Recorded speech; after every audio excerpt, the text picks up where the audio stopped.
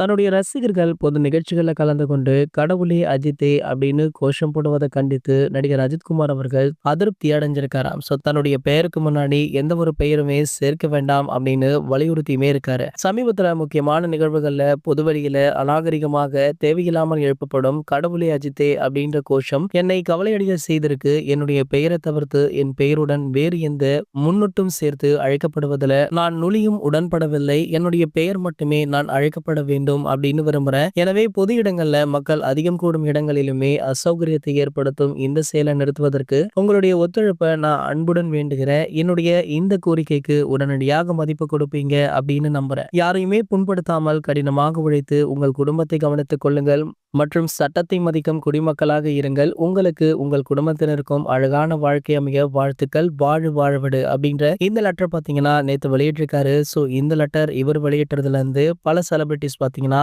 AK அவர்களை புகழ்ந்து தள்ளிட்டும் இருக்காங்க. அந்த வரிசையில தற்போது சூப்பர் ஸ்டார் ரஜினிகாந்த் அவர்கள் இணைந்திருக்காரு. ஸோ இந்த காலத்துல இப்படி ஒரு மனிதனா அப்படின்னு நம்ம ஏகே அவர்களை புகழ்ந்து தள்ளியுமே இருக்காரா. ஸோ இந்த தகவலுமே தற்போது வெளியாகி சமூக வலைதளங்கள்ல வைரலுமே ஆகிட்டு இருக்கு. இது போன்ற அதிர்சார பத்தி வெளியாகிற அனைத்து செய்திகளும் நீங்கள் உடனே தெரிஞ்சுக்க நம்மளுடைய அஜித் 360 சேனலை மறக்காம சப்ஸ்கிரைப் பண்ணிக்கோங்க.